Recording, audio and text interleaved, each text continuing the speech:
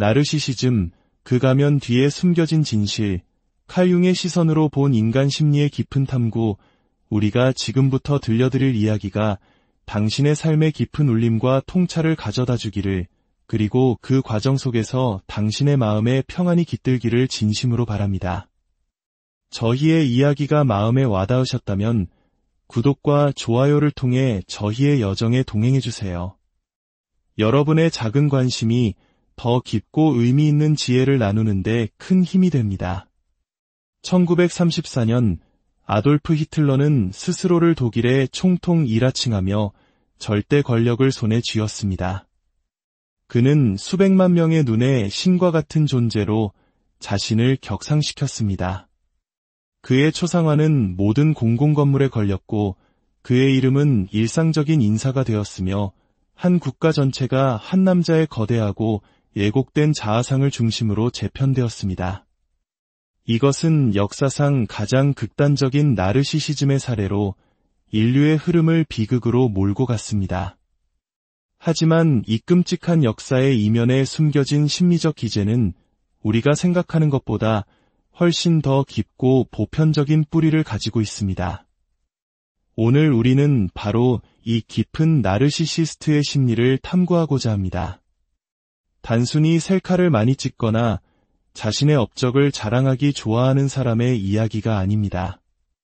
오늘 우리가 마주할 것은 역사상 가장 위대한 정신분석학자 중 한 명인 칼 구스타프 융이 평생에 걸쳐 탐구했던 인간 내면의 복잡하고 심오한 심리적 패턴에 관한 이야기입니다. 우리는 살면서 종종 나르시시스트라고 부를 만한 사람들을 만납니다.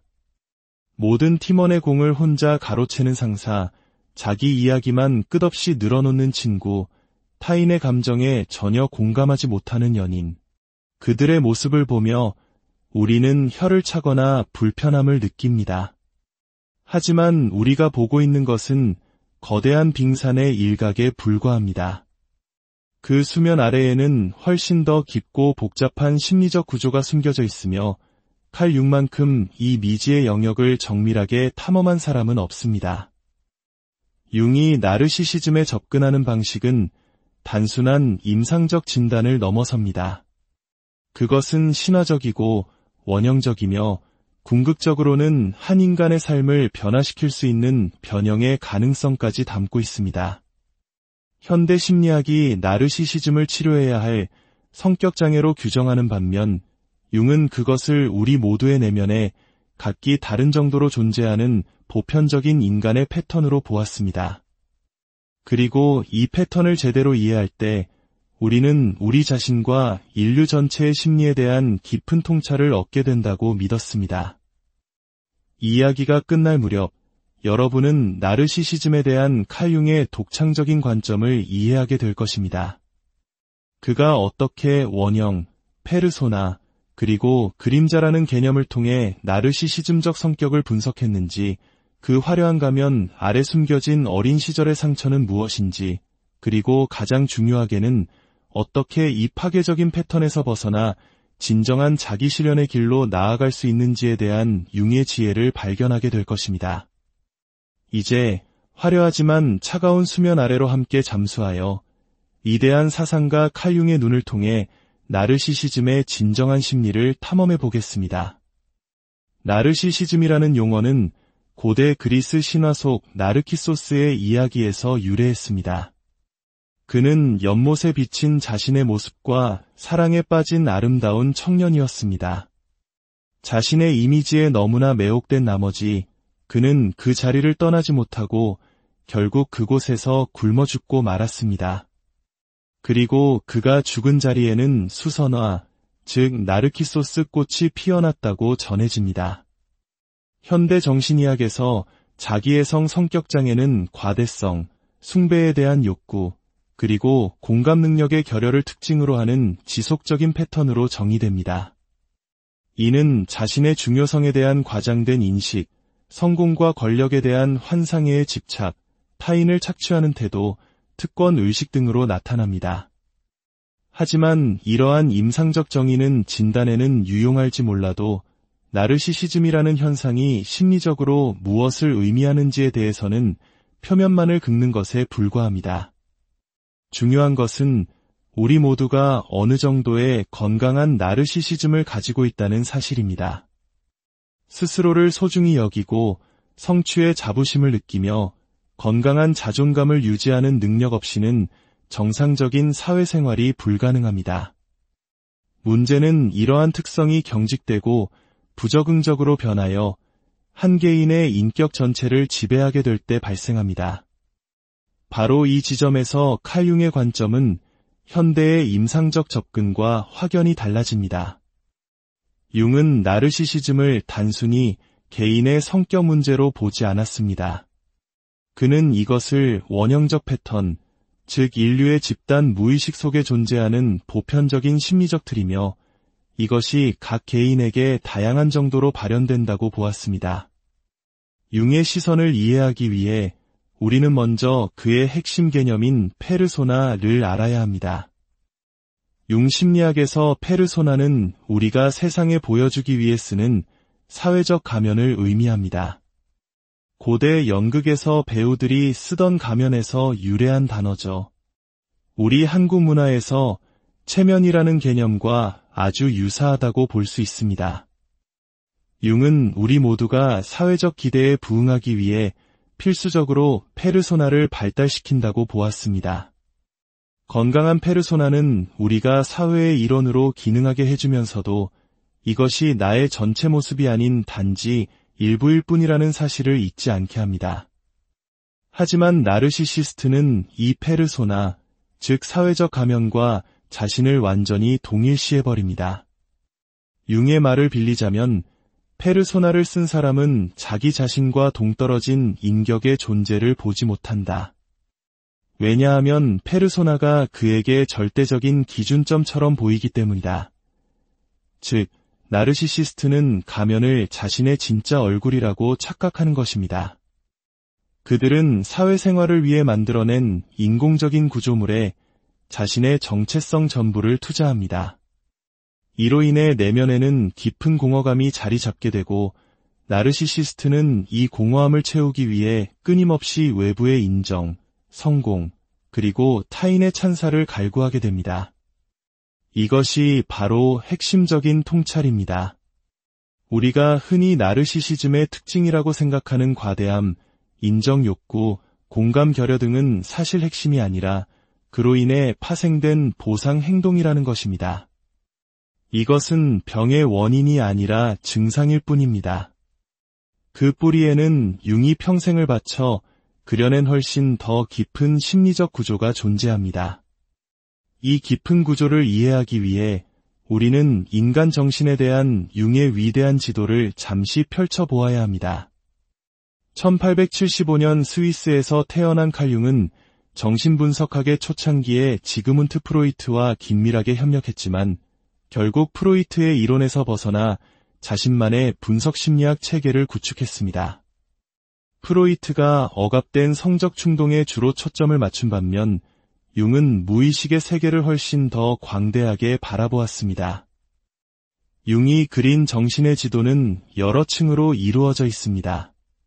가장 표면에는 우리의 의식적인 자아, 즉 에고가 있습니다. 하지만 에고는 거대한 심리적 빙산의 일각에 불과합니다. 그 아래에는 개인의 잊히거나 억압된 경험을 담고 있는 개인 무의식이 존재합니다. 그리고 융의 가장 혁명적인 기여는 바로 그보다 더 깊은 층, 즉 집단 무의식이라는 개념입니다. 이것은 모든 인류가 시공을 초월하여 공유하는 무의식의 영역입니다.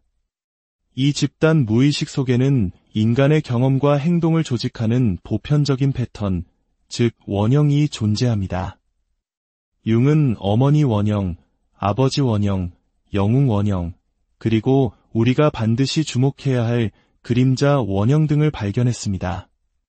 그림자는 우리가 우리 자신에 대해 받아들이기 힘들어 거부하고 부인하고 억압하는 모든 어두운 측면들을 담고 있는 원형입니다. 건강한 심리 발달 과정에서 개인의 에고는 페르소나가 자기 자신의 일부일 뿐임을 인지하며 유연한 관계를 유지합니다.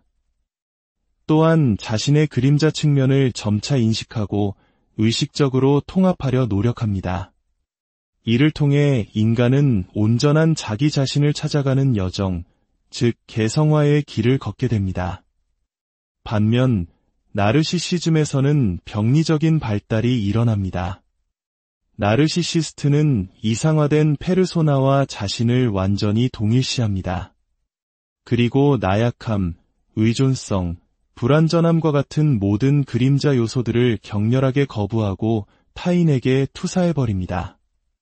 진정한 자기와의 연결은 끊어지고 그 자리는 과대하면서도 동시에 극도로 연약한 부풀려진 에고가 차지하게 됩니다. 융은 이러한 상태를 심리적 팽창이라고 불렀습니다. 에고가 신과 같은 원형적 힘과 자신을 동일시하여 마치 자신이 신이라도 된 듯한 착각에 빠지는 상태를 말합니다. 이러한 융의 심리 구조에 대한 이해는 나르시시즘이 단순한 성격 결함이 아니라 우리 내면에 깊이 뿌리내린 복잡한 심리적 배열의 결과임을 보여줍니다. 그렇다면 이 비극적인 배열은 어떻게 형성되는 것일까요? 우리는 이제 그 기원, 즉 나르시시즘적 상처라고 불리는 유년기의 경험으로 거슬러 올라가야 합니다. 융은 건강한 심리 발달이 한 사람의 인격을 조직하는 중심 원형인 자기가 자연스럽게 펼쳐지는 과정이라고 믿었습니다. 이상적인 환경에서 아이는 자신의 진정한 본성에 맞는 보살핌과 인정을 받으며 자랍니다. 이를 통해 아이의 진짜 자기는 건강하게 발현될 수 있습니다. 하지만 부모가 부재하거나 학대하거나 과도하게 통제하거나 혹은 아이를 자신의 욕구를 충족시키는 도구로 사용할 때 아이의 발달 과정에는 깊은 상처가 생깁니다. 우리는 이것을 나르시시즘적 상처라고 부릅니다. 아이는 자신의 진정한 감정, 욕구, 표현이 수용되거나 존중받지 못한다는 것을 배우게 됩니다. 이 상처에 대한 반응으로 아이는 거짓 자기를 만들어냅니다. 이 거짓 자기는 진짜 자기가 얻지 못했던 인정과 사랑을 얻기 위해 존재합니다. 그것은 상처받기 쉬운 진짜 자기를 보호하기 위해 고안된 정교한 방어 구조입니다. 융의 용어로 말하자면 이 거짓 자기가 바로 나르시시스트가 자신과 완전히 동일시하는 경직된 페르소나가 되는 것입니다. 어린 시절의 상처가 깊을수록 이 거짓 자기는 더욱 정교하고 완고해집니다. 바로 여기서 융의 심리적 팽창 개념이 다시 중요해집니다. 상처 입은 아이는 무의식적으로 이렇게 생각하게 됩니다. 있는 그대로의 나로서 사랑받을 수 없다면 너무나 특별하고 너무나 완벽하고 너무나 강력한 존재가 되어서 반드시 사랑받고 숭배받고야 말겠다.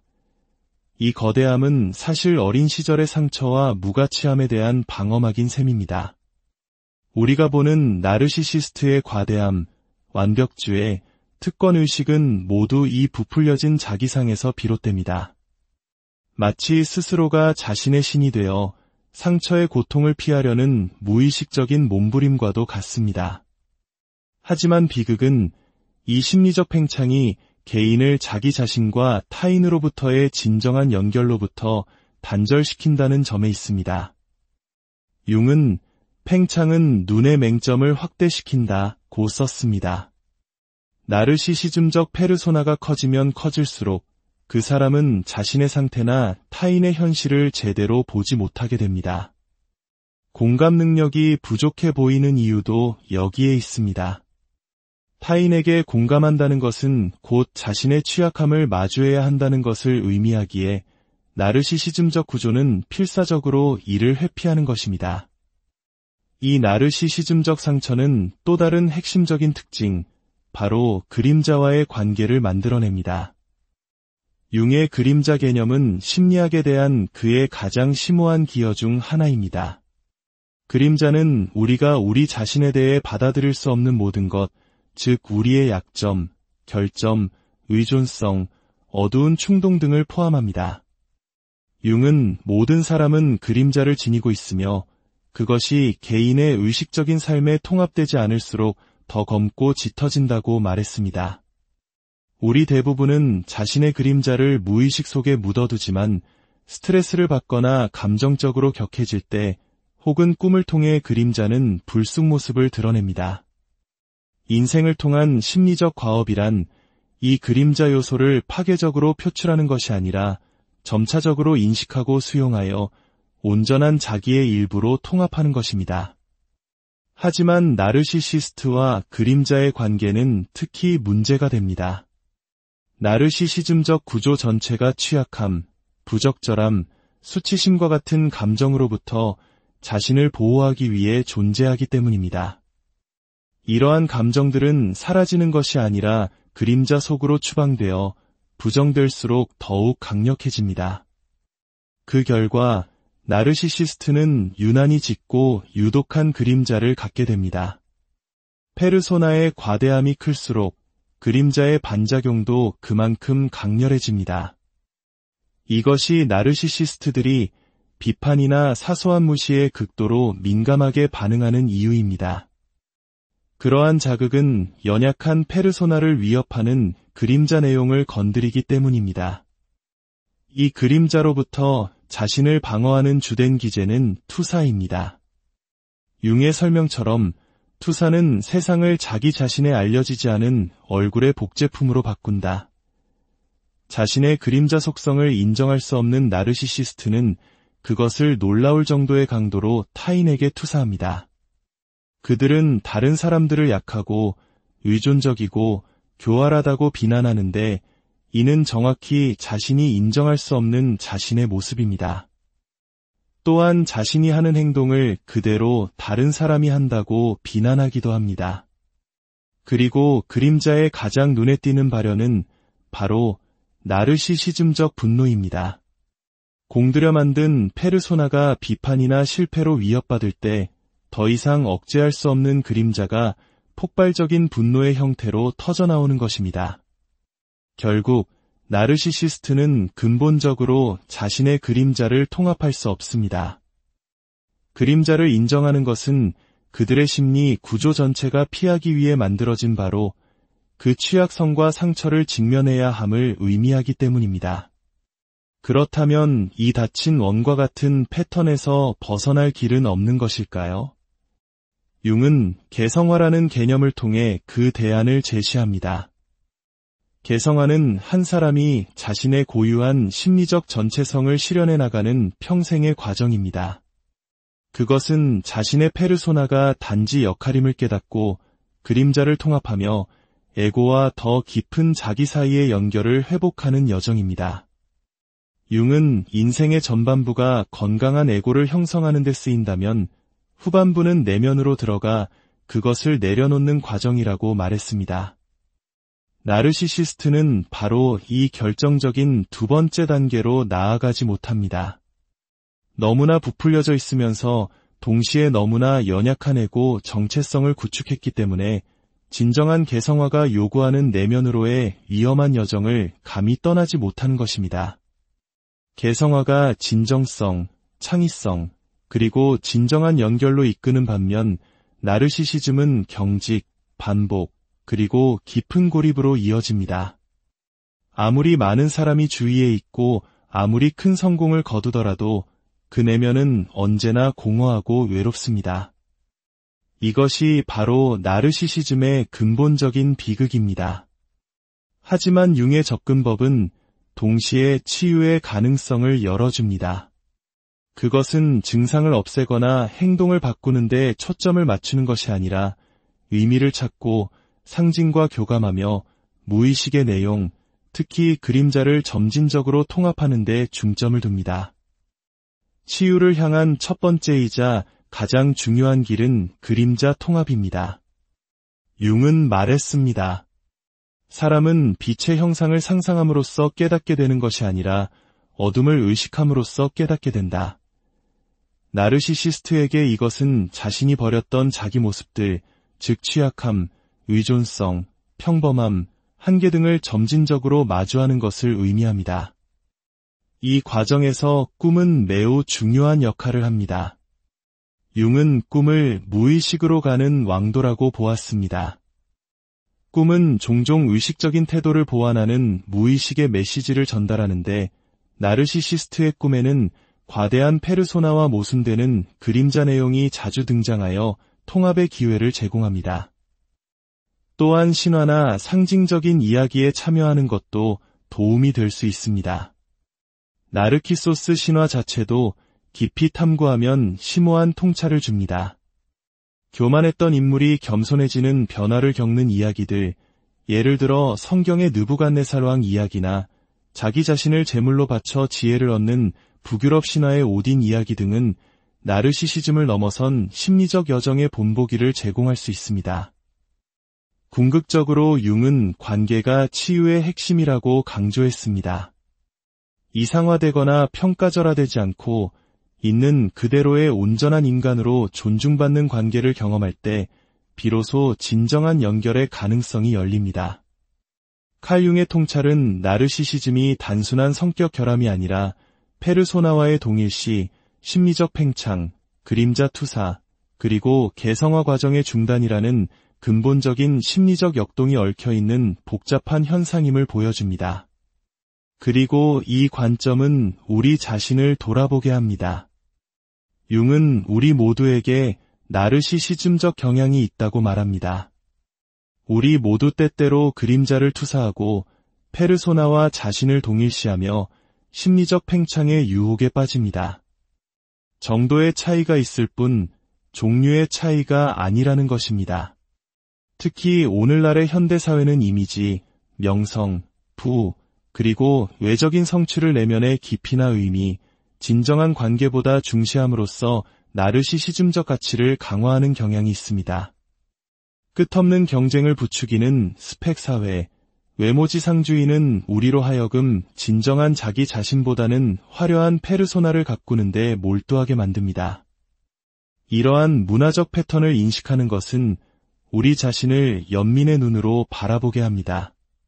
판단하기보다 우리 역시 어떻게 취약함을 회피하고 그림자를 투사하며 가면 뒤에 숨으려 하는지를 성찰하게 합니다.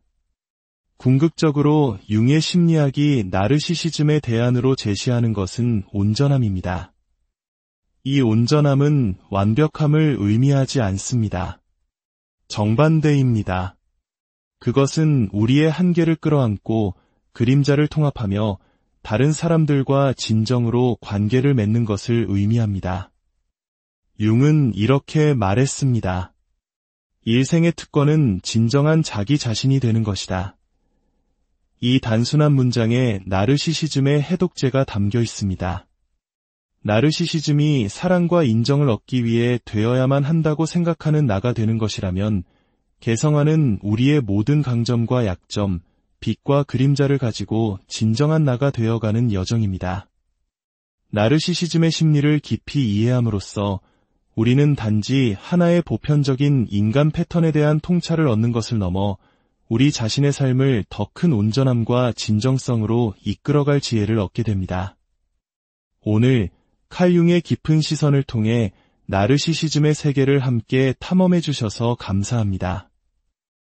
이 이야기가 여러분 각자의 내면을 비춘 나르시시즘, 그 가면 뒤에 숨겨진 진실, 칼 융의 시선으로 본 인간 심리의 깊은 탐구, 우리가 지금부터 들려드릴 이야기가 당신의 삶의 깊은 울림과 통찰을 가져다 주기를, 그리고 그 과정 속에서 당신의 마음에 평안이 깃들기를 진심으로 바랍니다. 저희의 이야기가 마음에 와닿으셨다면 구독과 좋아요를 통해 저희의 여정에 동행해주세요. 여러분의 작은 관심이 더 깊고 의미 있는 지혜를 나누는데 큰 힘이 됩니다. 1934년 아돌프 히틀러는 스스로를 독일의 총통 일하칭하며 절대 권력을 손에 쥐었습니다. 그는 수백만 명의 눈에 신과 같은 존재로 자신을 격상시켰습니다. 그의 초상화는 모든 공공건물에 걸렸고 그의 이름은 일상적인 인사가 되었으며 한 국가 전체가 한 남자의 거대하고 예곡된 자아상을 중심으로 재편되었습니다. 이것은 역사상 가장 극단적인 나르시시즘의 사례로 인류의 흐름을 비극으로 몰고 갔습니다. 하지만 이 끔찍한 역사의 이면에 숨겨진 심리적 기제는 우리가 생각하는 것보다 훨씬 더 깊고 보편적인 뿌리를 가지고 있습니다. 오늘 우리는 바로 이 깊은 나르시시스트의 심리를 탐구하고자 합니다. 단순히 셀카를 많이 찍거나 자신의 업적을 자랑하기 좋아하는 사람의 이야기가 아닙니다. 오늘 우리가 마주할 것은 역사상 가장 위대한 정신분석학자 중 한 명인 칼 구스타프 융이 평생에 걸쳐 탐구했던 인간 내면의 복잡하고 심오한 심리적 패턴에 관한 이야기입니다. 우리는 살면서 종종 나르시시스트라고 부를 만한 사람들을 만납니다. 모든 팀원의 공을 혼자 가로채는 상사, 자기 이야기만 끝없이 늘어놓는 친구, 타인의 감정에 전혀 공감하지 못하는 연인. 그들의 모습을 보며 우리는 혀를 차거나 불편함을 느낍니다. 하지만 우리가 보고 있는 것은 거대한 빙산의 일각에 불과합니다. 그 수면 아래에는 훨씬 더 깊고 복잡한 심리적 구조가 숨겨져 있으며 칼 융만큼 이 미지의 영역을 정밀하게 탐험한 사람은 없습니다. 융이 나르시시즘에 접근하는 방식은 단순한 임상적 진단을 넘어섭니다. 그것은 신화적이고 원형적이며 궁극적으로는 한 인간의 삶을 변화시킬 수 있는 변형의 가능성까지 담고 있습니다. 현대 심리학이 나르시시즘을 치료해야 할 성격장애로 규정하는 반면 융은 그것을 우리 모두의 내면에 각기 다른 정도로 존재하는 보편적인 인간의 패턴으로 보았습니다. 그리고 이 패턴을 제대로 이해할 때 우리는 우리 자신과 인류 전체의 심리에 대한 깊은 통찰을 얻게 된다고 믿었습니다. 이야기가 끝날 무렵 여러분은 나르시시즘에 대한 칼 융의 독창적인 관점을 이해하게 될 것입니다. 그가 어떻게 원형, 페르소나, 그리고 그림자라는 개념을 통해 나르시시즘적 성격을 분석했는지, 그 화려한 가면 아래 숨겨진 어린 시절의 상처는 무엇인지, 그리고 가장 중요하게는 어떻게 이 파괴적인 패턴에서 벗어나 진정한 자기 실현의 길로 나아갈 수 있는지에 대한 융의 지혜를 발견하게 될 것입니다. 이제 화려하지만 차가운 수면 아래로 함께 잠수하여 위대한 사상가 칼 융의 눈을 통해 나르시시즘의 진정한 심리를 탐험해 보겠습니다. 나르시시즘이라는 용어는 고대 그리스 신화 속 나르키소스의 이야기에서 유래했습니다. 그는 연못에 비친 자신의 모습과 사랑에 빠진 아름다운 청년이었습니다. 자신의 이미지에 너무나 매혹된 나머지 그는 그 자리를 떠나지 못하고 결국 그곳에서 굶어 죽고 말았습니다. 그리고 그가 죽은 자리에는 수선화, 즉 나르키소스 꽃이 피어났다고 전해집니다. 현대 정신의학에서 자기애성 성격장애는 과대성, 숭배에 대한 욕구, 그리고 공감 능력의 결여를 특징으로 하는 지속적인 패턴으로 정의됩니다. 이는 자신의 중요성에 대한 과장된 인식, 성공과 권력에 대한 환상에 집착, 타인을 착취하는 태도, 특권 의식 등으로 나타납니다. 하지만 이러한 임상적 정의는 진단에는 유용할지 몰라도 나르시시즘이라는 현상이 심리적으로 무엇을 의미하는지에 대해서는 표면만을 긁는 것에 불과합니다. 중요한 것은 우리 모두가 어느 정도의 건강한 나르시시즘을 가지고 있다는 사실입니다. 스스로를 소중히 여기고 성취의 자부심을 느끼며 건강한 자존감을 유지하는 능력 없이는 정상적인 사회생활이 불가능합니다. 문제는 이러한 특성이 경직되고 부적응적으로 변하여 한 개인의 인격 전체를 지배하게 될 때 발생합니다. 바로 이 지점에서 칼 융의 관점은 현대의 임상적 접근과 확연히 달라집니다. 융은 나르시시즘을 단순히 개인의 성격 문제로 보지 않았습니다. 그는 이것을 원형적 패턴, 즉 인류의 집단 무의식 속에 존재하는 보편적인 심리적 틀이며 이것이 각 개인에게 다양한 정도로 발현된다고 보았습니다. 융의 시선을 이해하기 위해 우리는 먼저 그의 핵심 개념인 페르소나를 알아야 합니다. 융 심리학에서 페르소나는 우리가 세상에 보여주기 위해 쓰는 사회적 가면을 의미합니다. 고대 연극에서 배우들이 쓰던 가면에서 유래한 단어죠. 우리 한국 문화에서 체면이라는 개념과 아주 유사하다고 볼 수 있습니다. 융은 우리 모두가 사회적 기대에 부응하기 위해 필수적으로 페르소나를 발달시킨다고 보았습니다. 건강한 페르소나는 우리가 사회의 일원으로 기능하게 해주면서도 이것이 나의 전체 모습이 아닌 단지 일부일 뿐이라는 사실을 잊지 않게 합니다. 하지만 나르시시스트는 이 페르소나, 즉 사회적 가면과 자신을 완전히 동일시해버립니다. 융의 말을 빌리자면 페르소나를 쓴 사람은 자기 자신과 동떨어진 인격의 존재를 보지 못한다. 왜냐하면 페르소나가 그에게 절대적인 기준점처럼 보이기 때문이다. 즉, 나르시시스트는 가면을 자신의 진짜 얼굴이라고 착각하는 것입니다. 그들은 사회생활을 위해 만들어낸 인공적인 구조물에 자신의 정체성 전부를 투자합니다.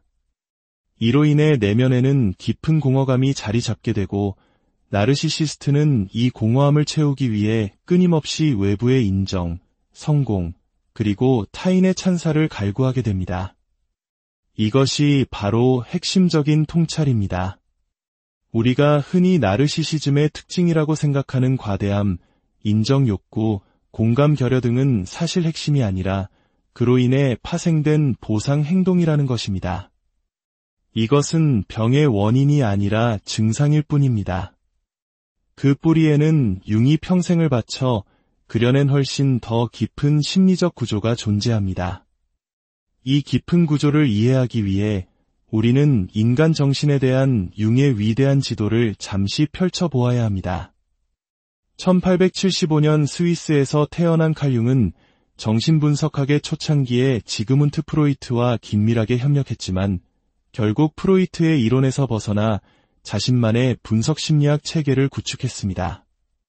프로이트가 억압된 성적 충동에 주로 초점을 맞춘 반면 융은 무의식의 세계를 훨씬 더 광대하게 바라보았습니다. 융이 그린 정신의 지도는 여러 층으로 이루어져 있습니다.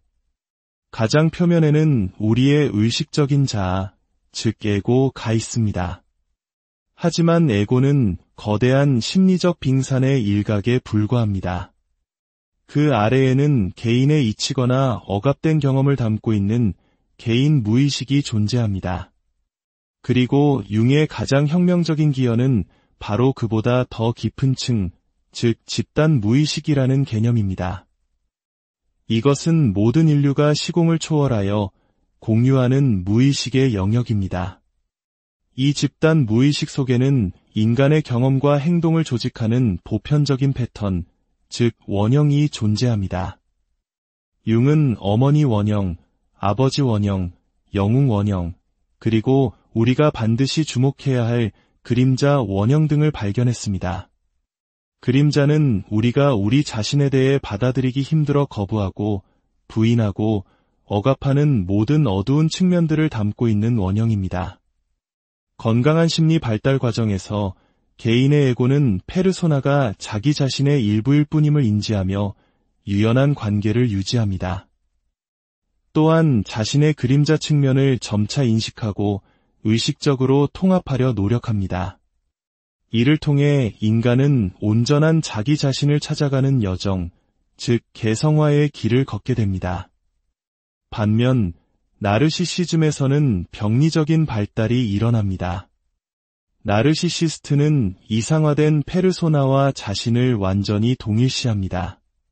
그리고 나약함, 의존성, 불완전함과 같은 모든 그림자 요소들을 격렬하게 거부하고 타인에게 투사해버립니다. 진정한 자기와의 연결은 끊어지고 그 자리는 과대하면서도 동시에 극도로 연약한 부풀려진 에고가 차지하게 됩니다. 융은 이러한 상태를 심리적 팽창이라고 불렀습니다. 에고가 신과 같은 원형적 힘과 자신을 동일시하여 마치 자신이 신이라도 된 듯한 착각에 빠지는 상태를 말합니다. 이러한 융의 심리 구조에 대한 이해는 나르시시즘이 단순한 성격 결함이 아니라 우리 내면에 깊이 뿌리내린 복잡한 심리적 배열의 결과임을 보여줍니다. 그렇다면 이 비극적인 배열은 어떻게 형성되는 것일까요? 우리는 이제 그 기원, 즉 나르시시즘적 상처라고 불리는 유년기의 경험으로 거슬러 올라가야 합니다. 융은 건강한 심리 발달이 한 사람의 인격을 조직하는 중심 원형인 자기가 자연스럽게 펼쳐지는 과정이라고 믿었습니다.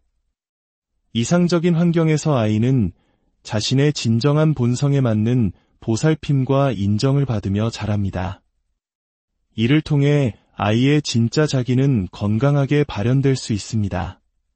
하지만 부모가 부재하거나 학대하거나 과도하게 통제하거나 혹은 아이를 자신의 욕구를 충족시키는 도구로 사용할 때 아이의 발달 과정에는 깊은 상처가 생깁니다.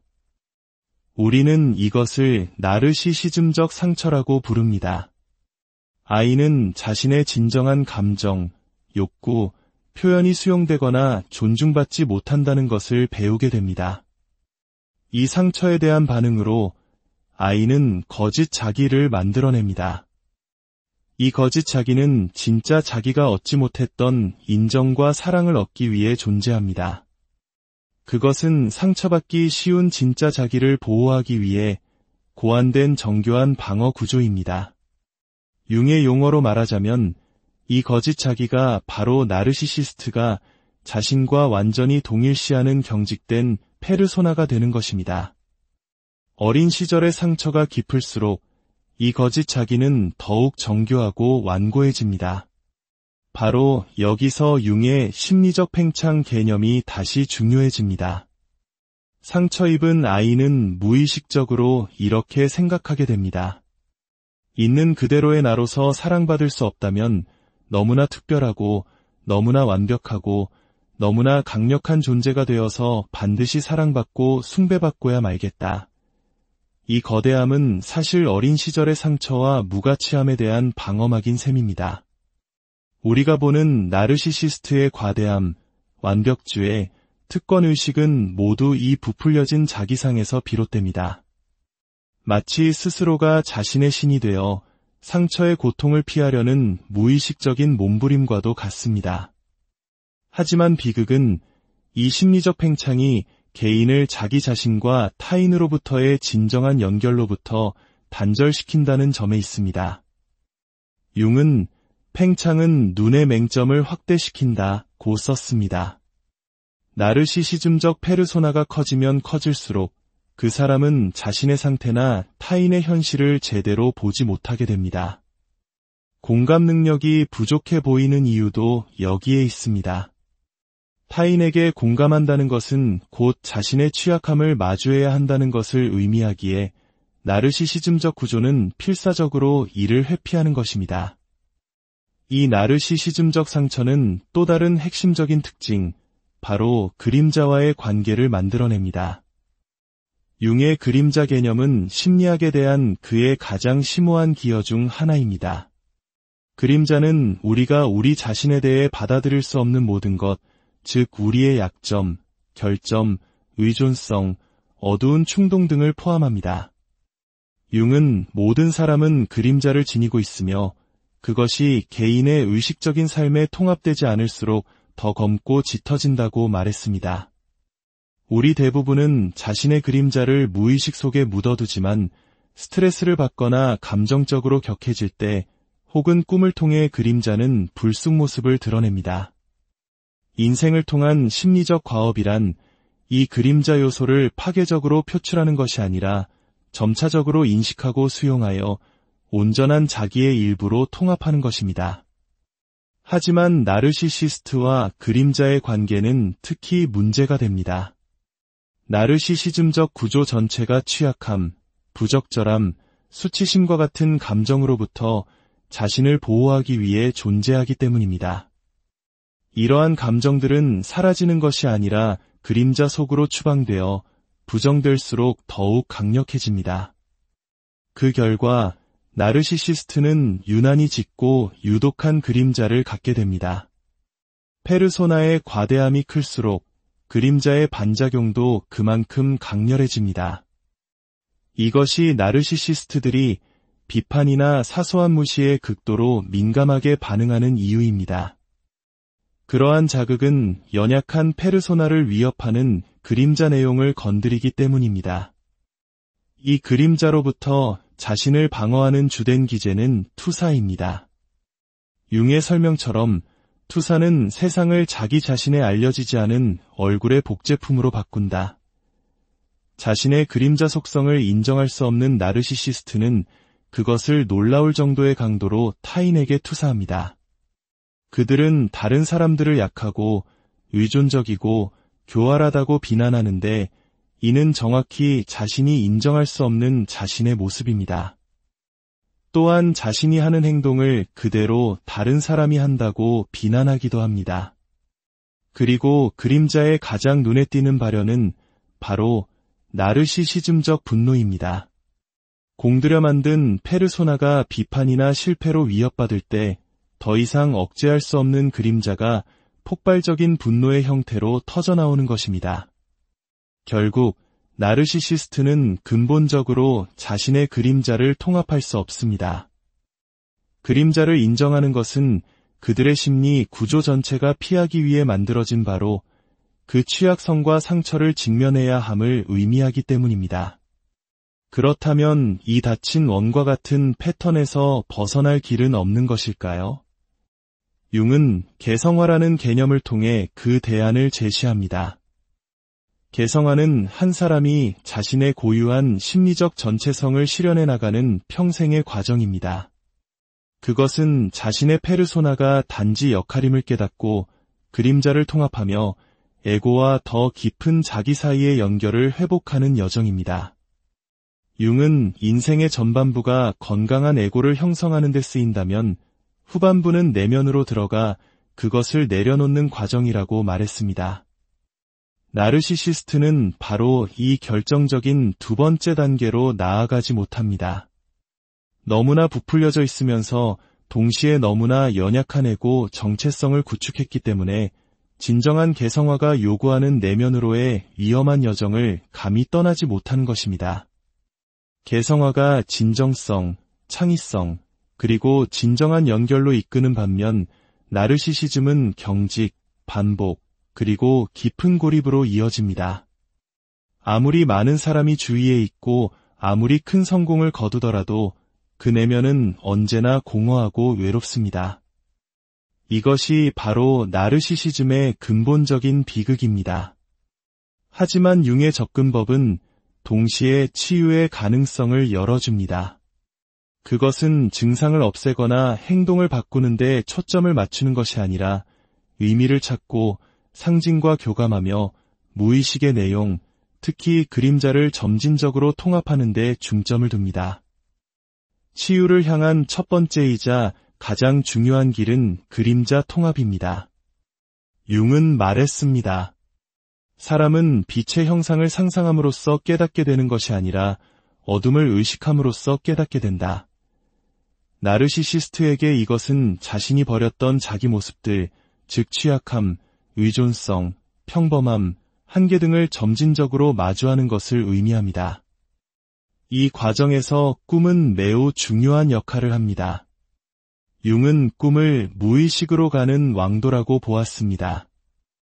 꿈은 종종 의식적인 태도를 보완하는 무의식의 메시지를 전달하는데 나르시시스트의 꿈에는 과대한 페르소나와 모순되는 그림자 내용이 자주 등장하여 통합의 기회를 제공합니다. 또한 신화나 상징적인 이야기에 참여하는 것도 도움이 될 수 있습니다. 나르키소스 신화 자체도 깊이 탐구하면 심오한 통찰을 줍니다. 교만했던 인물이 겸손해지는 변화를 겪는 이야기들, 예를 들어 성경의 느부갓네살 왕 이야기나 자기 자신을 제물로 바쳐 지혜를 얻는 북유럽 신화의 오딘 이야기 등은 나르시시즘을 넘어선 심리적 여정의 본보기를 제공할 수 있습니다. 궁극적으로 융은 관계가 치유의 핵심이라고 강조했습니다. 이상화되거나 평가절하되지 않고 있는 그대로의 온전한 인간으로 존중받는 관계를 경험할 때 비로소 진정한 연결의 가능성이 열립니다. 칼 융의 통찰은 나르시시즘이 단순한 성격 결함이 아니라 페르소나와의 동일시, 심리적 팽창, 그림자 투사, 그리고 개성화 과정의 중단이라는 근본적인 심리적 역동이 얽혀있는 복잡한 현상임을 보여줍니다. 그리고 이 관점은 우리 자신을 돌아보게 합니다. 융은 우리 모두에게 나르시시즘적 경향이 있다고 말합니다. 우리 모두 때때로 그림자를 투사하고 페르소나와 자신을 동일시하며 심리적 팽창의 유혹에 빠집니다. 정도의 차이가 있을 뿐 종류의 차이가 아니라는 것입니다. 특히 오늘날의 현대사회는 이미지, 명성, 부, 그리고 외적인 성취를 내면의 깊이나 의미, 진정한 관계보다 중시함으로써 나르시시즘적 가치를 강화하는 경향이 있습니다. 끝없는 경쟁을 부추기는 스펙 사회, 외모지상주의는 우리로 하여금 진정한 자기 자신보다는 화려한 페르소나를 가꾸는 데 몰두하게 만듭니다. 이러한 문화적 패턴을 인식하는 것은 우리 자신을 연민의 눈으로 바라보게 합니다. 판단하기보다 우리 역시 어떻게 취약함을 회피하고 그림자를 투사하며 가면 뒤에 숨으려 하는지를 성찰하게 합니다.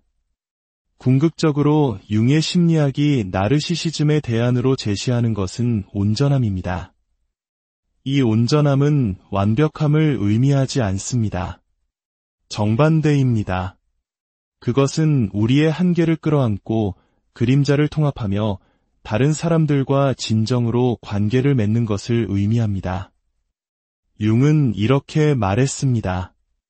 일생의 특권은 진정한 자기 자신이 되는 것이다. 이 단순한 문장에 나르시시즘의 해독제가 담겨 있습니다. 나르시시즘이 사랑과 인정을 얻기 위해 되어야만 한다고 생각하는 나가 되는 것이라면 개성화는 우리의 모든 강점과 약점, 빛과 그림자를 가지고 진정한 나가 되어가는 여정입니다. 나르시시즘의 심리를 깊이 이해함으로써 우리는 단지 하나의 보편적인 인간 패턴에 대한 통찰을 얻는 것을 넘어 우리 자신의 삶을 더 큰 온전함과 진정성으로 이끌어갈 지혜를 얻게 됩니다. 오늘 칼 융의 깊은 시선을 통해 나르시시즘의 세계를 함께 탐험해 주셔서 감사합니다. 이 이야기가 여러분 각자의 내면을 비춘 나르시시즘, 그 가면 뒤에 숨겨진 진실, 칼 융의 시선으로 본 인간 심리의 깊은 탐구, 우리가 지금부터 들려드릴 이야기가 당신의 삶의 깊은 울림과 통찰을 가져다 주기를, 그리고 그 과정 속에서 당신의 마음에 평안이 깃들기를 진심으로 바랍니다. 저희의 이야기가 마음에 와닿으셨다면 구독과 좋아요를 통해 저희의 여정에 동행해주세요. 여러분의 작은 관심이 더 깊고 의미 있는 지혜를 나누는데 큰 힘이 됩니다. 1934년 아돌프 히틀러는 스스로를 독일의 총통 일하칭하며 절대 권력을 손에 쥐었습니다. 그는 수백만 명의 눈에 신과 같은 존재로 자신을 격상시켰습니다. 그의 초상화는 모든 공공건물에 걸렸고 그의 이름은 일상적인 인사가 되었으며 한 국가 전체가 한 남자의 거대하고 예곡된 자아상을 중심으로 재편되었습니다. 이것은 역사상 가장 극단적인 나르시시즘의 사례로 인류의 흐름을 비극으로 몰고 갔습니다. 하지만 이 끔찍한 역사의 이면에 숨겨진 심리적 기제는 우리가 생각하는 것보다 훨씬 더 깊고 보편적인 뿌리를 가지고 있습니다. 오늘 우리는 바로 이 깊은 나르시시스트의 심리를 탐구하고자 합니다. 단순히 셀카를 많이 찍거나 자신의 업적을 자랑하기 좋아하는 사람의 이야기가 아닙니다. 오늘 우리가 마주할 것은 역사상 가장 위대한 정신분석학자 중 한 명인 칼 구스타프 융이 평생에 걸쳐 탐구했던 인간 내면의 복잡하고 심오한 심리적 패턴에 관한 이야기입니다. 우리는 살면서 종종 나르시시스트라고 부를 만한 사람들을 만납니다. 모든 팀원의 공을 혼자 가로채는 상사, 자기 이야기만 끝없이 늘어놓는 친구, 타인의 감정에 전혀 공감하지 못하는 연인. 그들의 모습을 보며 우리는 혀를 차거나 불편함을 느낍니다. 하지만 우리가 보고 있는 것은 거대한 빙산의 일각에 불과합니다. 그 수면 아래에는 훨씬 더 깊고 복잡한 심리적 구조가 숨겨져 있으며 칼 융만큼 이 미지의 영역을 정밀하게 탐험한 사람은 없습니다. 융이 나르시시즘에 접근하는 방식은 단순한 임상적 진단을 넘어섭니다. 그것은 신화적이고 원형적이며 궁극적으로는 한 인간의 삶을 변화시킬 수 있는 변형의 가능성까지 담고 있습니다. 현대 심리학이 나르시시즘을 치료해야 할 성격장애로 규정하는 반면 융은 그것을 우리 모두의 내면에 각기 다른 정도로 존재하는 보편적인 인간의 패턴으로 보았습니다. 그리고 이 패턴을 제대로 이해할 때 우리는 우리 자신과 인류 전체의 심리에 대한 깊은 통찰을 얻게 된다고 믿었습니다. 이야기가 끝날 무렵 여러분은 나르시시즘에 대한 칼 융의 독창적인 관점을 이해하게 될 것입니다. 그가 어떻게 원형, 페르소나, 그리고 그림자라는 개념을 통해 나르시시즘적 성격을 분석했는지, 그 화려한 가면 아래 숨겨진 어린 시절의 상처는 무엇인지, 그리고 가장 중요하게는 어떻게 이 파괴적인 패턴에서 벗어나 진정한 자기 실현의 길로 나아갈 수 있는지에 대한 융의 지혜를 발견하게 될 것입니다. 이제 화려하지만 차가운 수면 아래로 함께 잠수하여 위대한 사상가 칼 융의 눈을 통해 나르시시즘의 진정한 심리를 탐험해 보겠습니다. 나르시시즘이라는 용어는 고대 그리스 신화 속 나르키소스의 이야기에서 유래했습니다.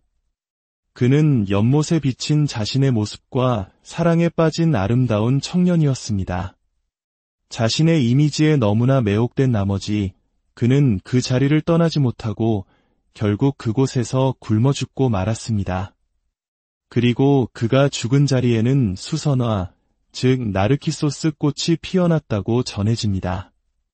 현대 정신의학에서 자기의 성격장애는 과대성, 숭배에 대한 욕구, 그리고 공감 능력의 결여를 특징으로 하는 지속적인 패턴으로 정의됩니다. 이는 자신의 중요성에 대한 과장된 인식, 성공과 권력에 대한 환상에 집착, 타인을 착취하는 태도, 특권 의식 등으로 나타납니다. 하지만 이러한 임상적 정의는 진단에는 유용할지 몰라도 나르시시즘이라는 현상이 심리적으로 무엇을 의미하는지에 대해서는 표면만을 긁는 것에 불과합니다. 중요한 것은 우리 모두가 어느 정도의 건강한 나르시시즘을 가지고 있다는 사실입니다. 스스로를 소중히 여기고 성취의 자부심을 느끼며 건강한 자존감을 유지하는 능력 없이는 정상적인 사회생활이 불가능합니다. 문제는 이러한 특성이 경직되고 부적응적으로 변하여 한 개인의 인격 전체를 지배하게 될 때 발생합니다. 바로 이 지점에서 칼 융의 관점은 현대의 임상적 접근과 확연히 달라집니다. 융은 나르시시즘을 단순히 개인의 성격 문제로 보지 않았습니다.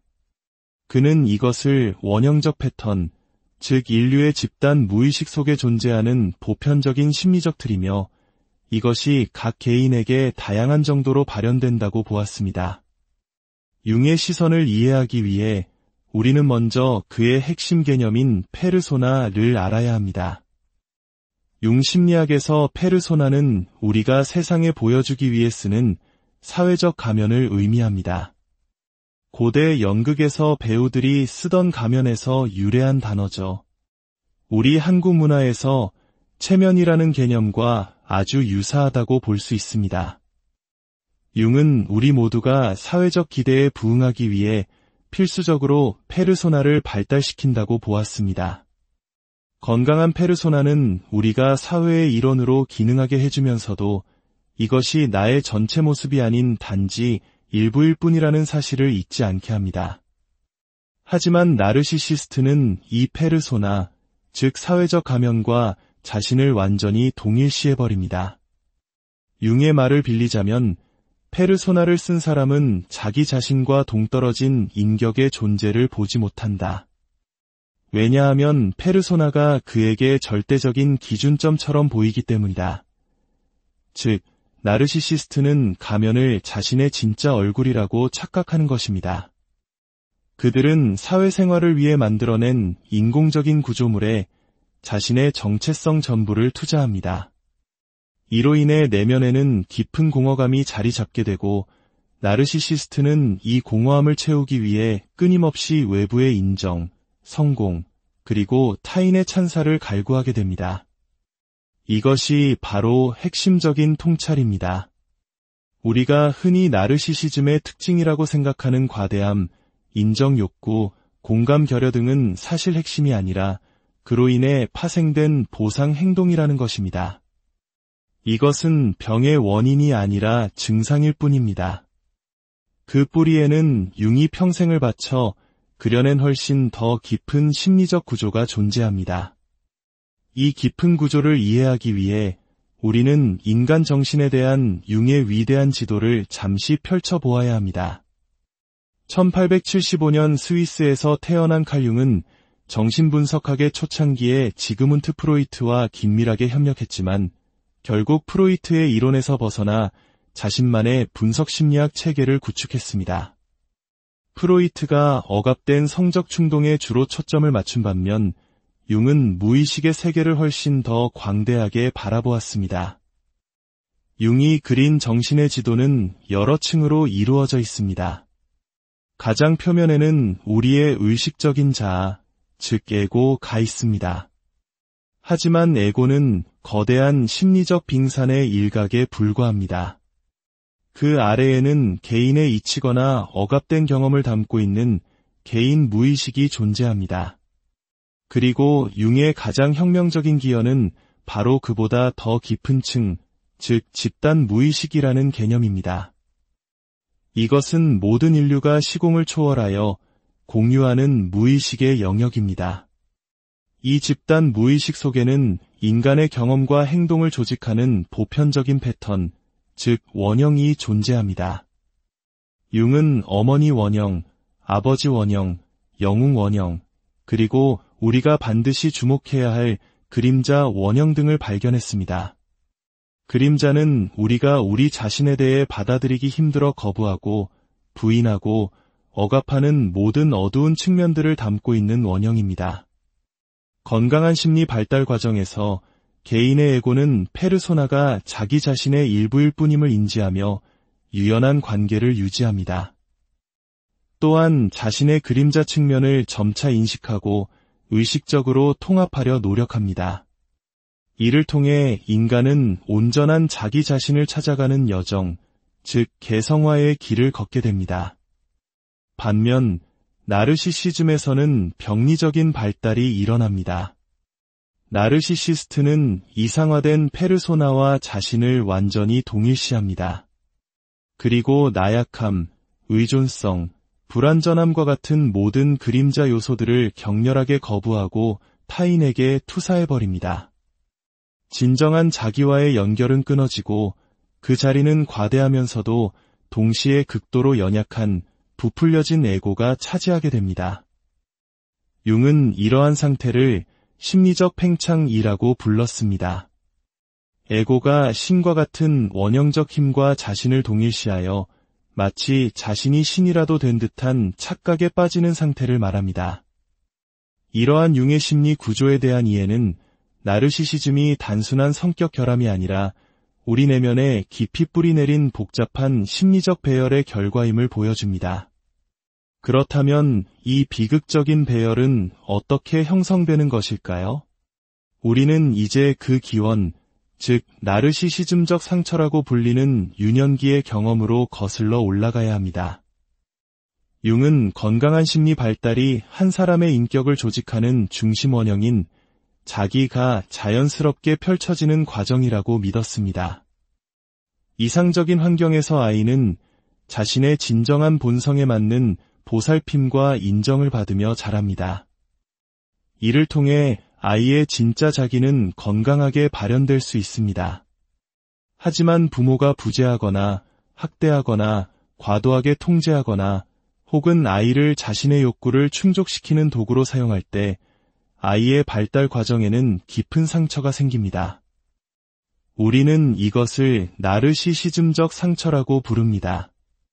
아이는 자신의 진정한 감정, 욕구, 표현이 수용되거나 존중받지 못한다는 것을 배우게 됩니다. 이 상처에 대한 반응으로 아이는 거짓 자기를 만들어냅니다. 이 거짓 자기는 진짜 자기가 얻지